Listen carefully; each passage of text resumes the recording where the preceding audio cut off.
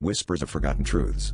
I stumbled into the old bookstore, rain-soaked and desperate for shelter, when the owner, a frail woman with eyes that seemed to pierce through my very soul, greeted me with unsettling familiarity. Her gaze lingered a moment too long, and I felt a chill creep up my spine as she whispered, "I've been expecting you." The air was thick with the scent of aged paper and mystery, the dim light casting elongated shadows that danced eerily across the walls. As I wandered through the narrow aisles, I couldn't shake the feeling that the books were watching me, whispering secrets into the silence.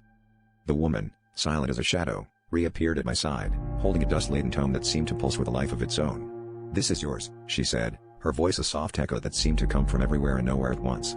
I hesitated, but the book seemed to call to me, its ancient leather binding warm under my fingers. When I opened it, my heart skipped a beat. The pages were filled with stories of a life that mirrored mine, yet with details I couldn't recall, as if fragments of my past had been torn from my memory and stitched into this haunting narrative. Every page revealed a new terror, a forgotten memory that clawed its way back into my consciousness.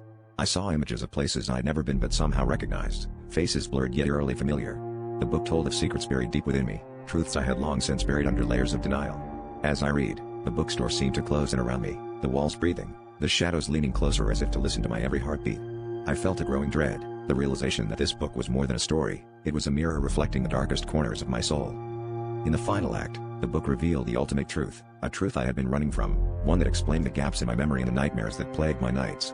It spoke of a pact made in desperation, a soul exchanged for forbidden knowledge. The owner watched as I read the last line, her eyes filled with a knowing sadness.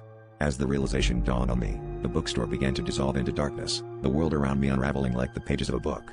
I was left standing in the void, clutching the tome that held my forgotten past, doomed to wander the shadows of my own making, forever haunted by the choices I could no longer escape.